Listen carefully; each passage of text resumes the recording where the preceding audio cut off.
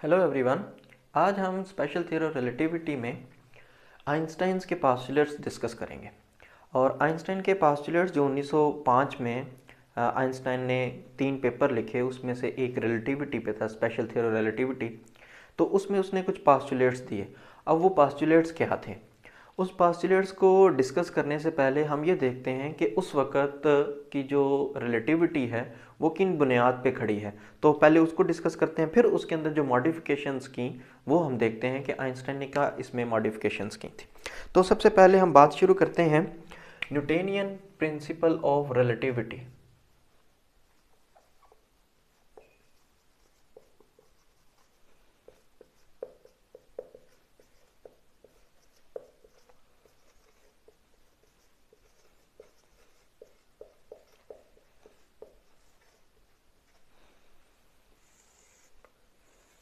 इस प्रिंसिपल को हम गैलीलियन इनवेरिएंस से भी जानते हैं।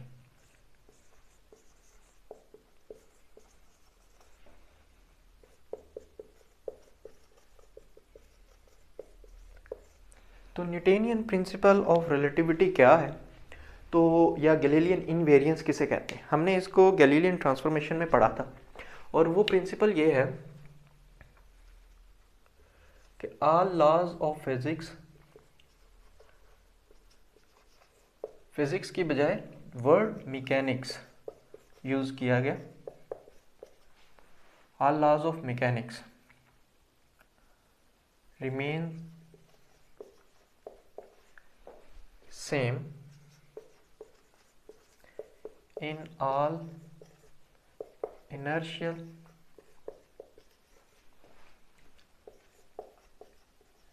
frame of reference।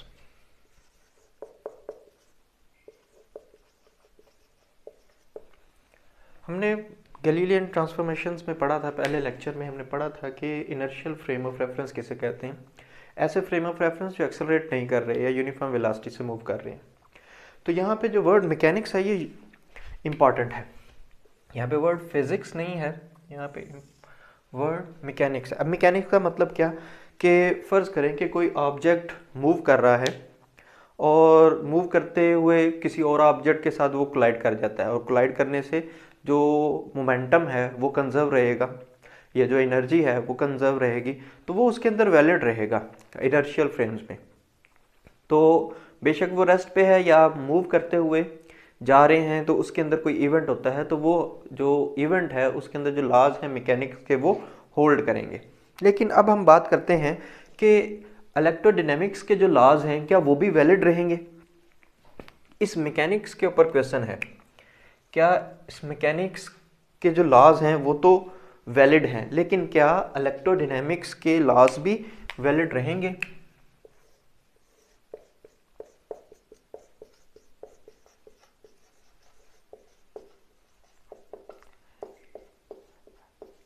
ये एक क्वेश्चन मार्क है कि इलेक्ट्रोडायनेमिक्स के जो लॉज हैं वो वैलिड रहेंगे या नहीं। फॉर एग्जांपल कि हम ये बात करते हैं कि अगर कोई एक चार्ज क्यू चार्ज मूव कर रहा है किसी v वेलोसिटी से, और हम किसी इस फ्रेम ऑफ रेफरेंस में ये बात कर रहे हैं, किसी s फ्रेम ऑफ रेफरेंस में ये चार्ज मूव कर रहा है, तो जो ऑब्जर्वर इस फ्रेम ऑफ रेफरेंस में है उसके मुताबिक ये चार्ज मूव कर रहा है, तो मूव करने की वजह से करंट जनरेट होगा, और करंट के वजह से इसके गिर्द मैग्नेटिक फील्ड प्रोड्यूस होगा, जो कि बायोट-सावर्ट लॉ से या एम्पेयर्स लॉ से हम बता सकते हैं कि जो मैग्नेटिक फील्ड है उसकी स्ट्रेंथ क्या होगी। चार्ज के मूव करने की वजह से ये ऑब्जर्वर इस एस फ्रेम में ये देख रहा है। लेकिन अगर कोई एक और फ्रेम ऑफ रेफरेंस हो जो कि uniform frame of reference, uniform velocity से मूव कर रहा है, फ्रेम ऑफ रेफरेंस, इसको हम एस प्राइम कह दें, और एस प्राइम की जो वेलोसिटी है वो चार्ज की वेलोसिटी के बराबर हो, ये भी v वेलोसिटी से मूव कर रहा है। तो अगर कोई फ्रेम ऑफ रेफरेंस चार्ज के रिस्पेक्ट से मूव कर रहा है, तो इसका मतलब है कि वो चार्ज को अगर देखेगा तो चार्ज उसके एतबार से रेस्ट पे होगा। तो एस प्राइम के अंदर जो ऑब्जर्वर होगा उसके लिए जो चार्ज है वो रेस्ट पे है, और चार्ज रेस्ट पे होने की वजह से वो मैग्नेटिक फील्ड जनरेट नहीं करेगा।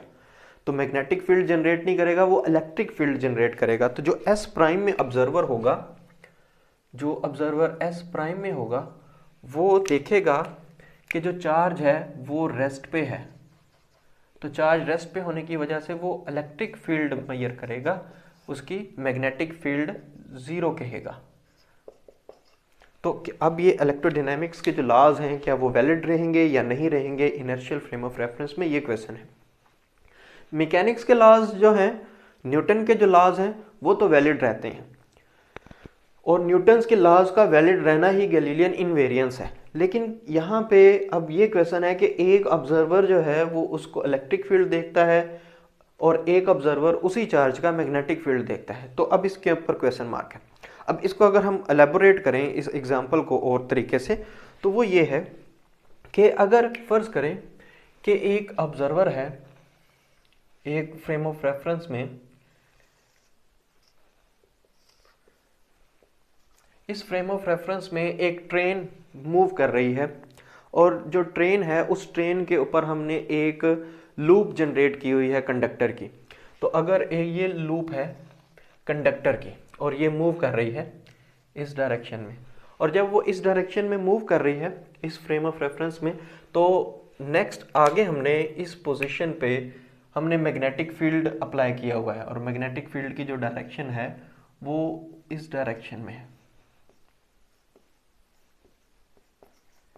कहने का मतलब ये है कि ये मैग्नेटिक फील्ड इस प्लेन के इनवर्ड है, और इनवर्ड के लिए हम क्रॉस लगा देते हैं कि magnetic field into the plane है। जब ये लूप इसमें से पास करेगी, इस मैग्नेटिक फील्ड के थ्रू पास करेगी, तो इस लूप में ईएमएफ जनरेट होगी, और ईएमएफ की जो वैल्यू है वो हम बता सकते हैं कि वो कितनी है। अब यहाँ पे क्वेश्चन ये है कि ये लूप मूव कर रही है किसी ऐसे शख्स के एतबार से जो कि यहाँ से ये ऑब्जर्वर, ए ऑब्जर्वर इसको देख रहा है कि लूप मूव कर रही है लेकिन मैग्नेटिक फील्ड रेस्ट है। ए ऑब्जर्वर के एतबार से मैग्नेटिक फील्ड रेस्ट पे है, वो चेंज नहीं हो रहा, लेकिन ये लूप मूव की है मैग्नेटिक फील्ड के अक्रॉस। तो अगर लूप मूव करेगी मैग्नेटिक फील्ड के अक्रॉस, तो इस कंडक्टर के अंदर मौजूद जो चार्ज पार्टिकल्स हैं वो मूव किए हैं मैग्नेटिक फील्ड के अक्रॉस। तो ए ऑब्जर्वर ये कहेगा कि उस लूप में मोशनल ईएमएफ जनरेट होगी, और वो मोशनल ईएमएफ की जो वैल्यू है minus VBL and sine theta है। ये ए ऑब्जर्वर के एतबार से है कि ए ऑब्जर्वर जो देख रहा है कि लूप मूव कर रही है मैग्नेटिक फील्ड रेस्ट पे है, तो उसके अंदर ईएमएफ जनरेट हो रही है। लेकिन कोई और शख्स जो कि इस लूप के पास हो, इस लूप के साथ साथ वो मूव कर रहा है, बी ऑब्जर्वर, वो ये कहेगा कि लूप तो रेस्ट पे है लेकिन मैग्नेटिक फील्ड इसके अक्रॉस चेंज हुआ है, इस लूप के अक्रॉस, इसके अंदर मोशनल ईएमएफ नहीं है, मोशनल ईएमएफ नहीं, बल्कि मैग्नेटिक फील्ड इस लूप में से चेंज हुआ है, मतलब मैग्नेटिक फ्लक्स चेंज हुआ है। तो मैग्नेटिक फ्लक्स चेंज होने की वजह से ईएमएफ इंड्यूस हुई है जो कि माइनस d∅dt है, फाइ मैग्नेटिक फ्लक्स है। तो ए ऑब्जर्वर कह रहा है कि मोशनल ईएमएफ इंड्यूस हुई, मोशनल ईएमएफ की वजह से ईएमएफ इसके अंदर इंड्यूस हुई है, लेकिन बी ऑब्जर्वर ये कह रहा है कि चार्ज तो मूव ही नहीं कर रहा, मतलब जो ये जो कंडक्टर है ये इसके एतबार से तो रेस्ट पे है, तो चार्ज मूव नहीं कर रहा, अलबत्ता मैग्नेटिक फ्लक्स चेंज हुआ है, उसकी वजह से ईएमएफ इंड्यूस हुआ है। तो अब किसकी बात दुरुस्त मानी जाए, ए ऑब्जर्वर की या बी ऑब्जर्वर की? एंड रिजल्ट दोनों के सेम है कि ये वाली ईएमएफ जो कि ये ईएमएफ बी ऑब्जर्वर मेजर कर रहा है और ये ए ऑब्जर्वर मेजर कर रहा है, लेकिन इन दोनों की जो ईएमएफ है एंड पे अगर हम देखें तो ये दोनों की ईएमएफ बराबर है, इनकी वैल्यू सेम है, दोनों ईएमएफ की वैल्यू सेम है, लेकिन इंटरप्रिटेशन दोनों की डिफरेंट है। अब किसकी इंटरप्रिटेशन मानी जाए, ए ऑब्जर्वर की या बी ऑब्जर्वर की? तो तब के जो साइंटिस्ट हैं वो ये समझते हैं कि इनमें से एक ऑब्जर्वर ठीक है और एक ऑब्जर्वर जो है वो डेफिनेटली गलत है, और उसकी वजह यह है कि समझा यह जाता है कि कोई प्रेफर्ड इनर्शियल सिस्टम है जो जिसके एतबार से जो लॉज हैं वो वैलिड रहेंगे और बाकियों के एतबार से जो लॉज हैं वो वैलिड नहीं रहेंगे। फॉर एग्जांपल हमने लास्ट पे इससे पिछले लेक्चर में हमने ये देखा था कि मैक्स उसमें माइकलसन एंड मॉर्ले एक्सपेरिमेंट में कि उसने एक एक्सपेरिमेंट किया और उस एक्सपेरिमेंट से ये पता किया कि जो ईथर है, ईथर विंड चलने की वजह से जो स्पीड ऑफ लाइट है वो चेंज होती है या नहीं चेंज होती। तो जो एंड रिजल्ट था वो कि स्पीड जो है लाइट की वो हर डायरेक्शन में सेम रहती है, तो कोई प्रेफर्ड इनर्शियल सिस्टम नहीं है। तो ये बात प्रूफ हो गई है कि कोई प्रेफर्ड इनर्शियल सिस्टम नहीं है। तो इसका मतलब ये हुआ कि ए और बी इन दोनों में से कौन से वाला ऑब्जर्वर जो है वो ठीक है। तो आइंस्टाइन यहाँ पे इस बात को क्लियर करता है अपनी इस पास्टुलेट से कि ए ऑब्जर्वर है या बी ऑब्जर्वर है, दोनों का ईएमएफ एक जितना होने का मतलब ये है कि ये एक क्लू है कि दोनों ईएमएफ बराबर होने का मतलब यह है कि ए और बी दोनों जो हैं वो ठीक ऑब्जर्व कर रहे हैं अपने फ्रेम ऑफ रेफरेंस के मुताबिक। सिर्फ और सिर्फ उनकी इंटरप्रिटेशन में डिफरेंस है कि एक ये कह रहा है कि इमोशनल ईएमएफ है और एक ये कह रहा है कि फ्लक्स चेंज हुआ है तब ईएमएफ इंड्यूस हुआ है। तो इसका मतलब यह है कि कोई भी ऐसा इनर्शियल प्रेफर्ड इनर्शियल सिस्टम नहीं है जिसके अंदर लॉज जो हैं वो वैलिड रहेंगे और बाकियों के एतबार से वैलिड नहीं रहेंगे। तो हर एक इनर्शियल सिस्टम में जो है वो लॉज वैलिड रहने चाहिए। तो यहाँ पे वर्ड मैकेनिक्स की बजाय जो वर्ड इलेक्ट्रोडायनेमिक्स को भी अगर हम इंक्लूड कर दें, तो इलेक्ट्रोडायनेमिक्स के लॉज को भी इंक्लूड कर दें, तो ये laws of physics remain same.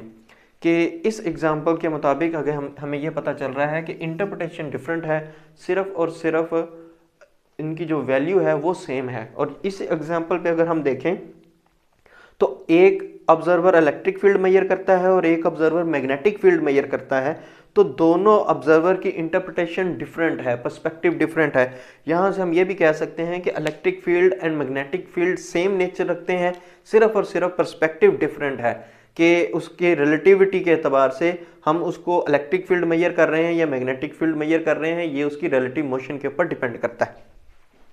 तो इसका जो पहला पोस्टुलेट यहां से आएगा आइंस्टाइन का कि ऑल लॉज ऑफ मैकेनिक्स की बजाय जो फर्स्ट पोस्टुलेट है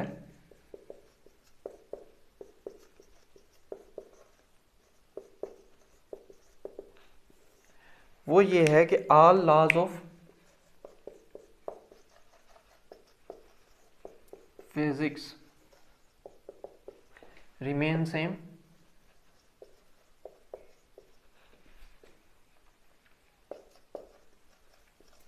in all inertial frame of reference।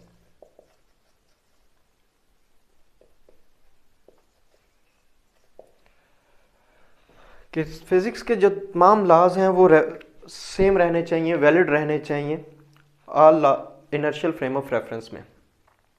इन दो एग्जांपल से ये समझ आई कि ये वाला जो पोस्टुलेट है, जो इसका फर्स्ट पोस्टुलेट है, ये गैलीलियन इनवेरियंस की ही एक फॉर्म है, लेकिन उसमें इलेक्ट्रोडायनेमिक्स और मैकेनिक्स के लॉज जो हैं वो ऐड हो जाएंगे, तो वर्ड फिजिक्स यहाँ पे इंट्रोड्यूस हो जाएगा।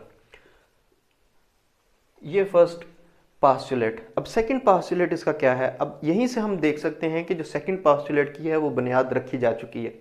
और सेकंड पोस्टुलेट हमने यहाँ पे एक बात की है कि नो प्रेफर्ड इनर्शियल सिस्टम है।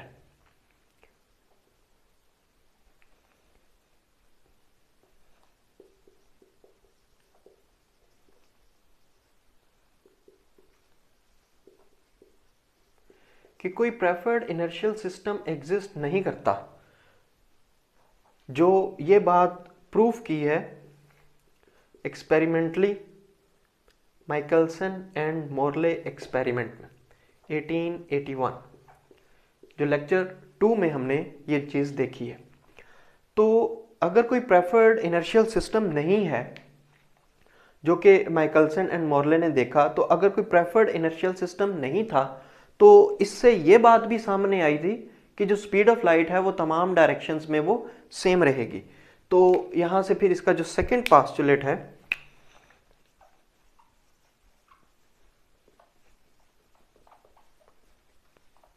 सेकंड पोस्टुलेट ये सामने आएगा कि जो स्पीड ऑफ लाइट है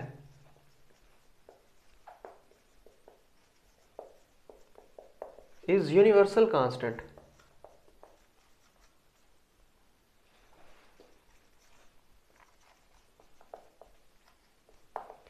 या फिर हम इसे ऐसे कह सकते हैं, यूनिवर्सल कांस्टेंट का मतलब ये है कि तमाम इनर्शियल फ्रेम ऑफ रेफरेंस में वो सेम रहेगी irrespective of the relative motion. कि रिलेटिव मोशन के अगर हम मूव करते हुए भी उसको मेजर करते हैं या रेस्ट पे उसको मेजर करते हैं तो उसकी स्पीड जो है वो c रहेगी। जो हमने ये देखा कि मैक्सवेल इक्वेशन से तो c की जो वैल्यू आती है वो म्यू नॉट एप्सिलॉन नॉट है, वो रिलेटिविटी के ऊपर डिपेंड नहीं करती, रिलेटिव मोशन के ऊपर स्पीड ऑफ लाइट डिपेंड नहीं करती। अब इस सेकंड पोस्टुलेट से जो इफेक्ट होगा वो क्या हो सकता है, वो ये हो सकता है कि हमने गैलीलियन ट्रांसफॉर्मेशन में देखा था कि जो x है और जो x प्राइम है वो दोनों बराबर नहीं होते। x स्पेस के कोऑर्डिनेट्स हैं, स्पेस के कोऑर्डिनेट्स जो s और s प्राइम मेजर करेगा वो दोनों डिफरेंट होंगे। लेकिन हमने उस पर बात की थी कि जो टाइम है वो दोनों बराबर होंगे। जो s प्राइम में मेजर किया जाएगा और जो s प्राइम में मेजर किया जाएगा टाइम एब्सोल्यूट है, टाइम एब्सोल्यूट है, लेकिन स्पेस के जो कोऑर्डिनेट्स हैं वो रिलेटिव हैं। गैलीलियन ट्रांसफॉर्मेशन में हम ये बात मानते हैं, लेकिन इस पोस्टुलेट से अब ये बात सामने आती है कि अगर x एंड x प्राइम बराबर नहीं है तो अगर हम देखें, एक एग्जांपल देखते हैं कि एक हमारे पास फ्रेम ऑफ रेफरेंस है और उस फ्रेम ऑफ रेफरेंस में एक फ्लैश लाइट ट्रैवल करती है किसी c स्पीड से और ये ऑब्जर्वर इसको मेजर करता है। जो इस s फ्रेम में ऑब्जर्वर है वो इसको मेजर करता है कि वो इस पॉइंट पे किसी x डिस्टेंस पे चले जाती है किसी t टाइम के बाद, कि t टाइम गुजर गया है और उसके बाद ये जो लाइट है वो इस पॉइंट तक चल जाती है, c स्पीड से ये लाइट मूव की है। अब कोई और ऑब्जर्वर है, वो एक ऐसे फ्रेम ऑफ रेफरेंस में है जो कि मूव कर रहा है,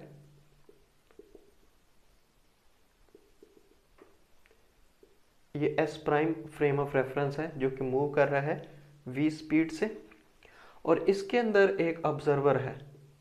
अब वो ऑब्जर्वर इस स्पीड को गैलीलियन ट्रांसफॉर्मेशन के मुताबिक इस स्पीड को चेंज कहेगा इस वाले से। ये ऑब्जर्वर कितना चेंज कहेगा, रिलेटिव टू इट्स वेलोसिटी, ये इस v वेलोसिटी से इसको चेंज कहेगा, मतलब कि कम या ज़्यादा। तो ये स्पीड इस डायरेक्शन में है लाइट की और ये भी इस डायरेक्शन में पैरेलल मूव कर रहे हैं, तो ये इसकी लाइट की स्पीड को कम तस्वर करेगा c से। लेकिन अब इस पोस्टुलेट के बाद दोनों एग्री करेंगे कि जो स्पीड ऑफ लाइट है वो सेम है, दोनों के लिए सेम है, लेकिन स्पेशल कोऑर्डिनेट्स दोनों के लिए सेम नहीं है।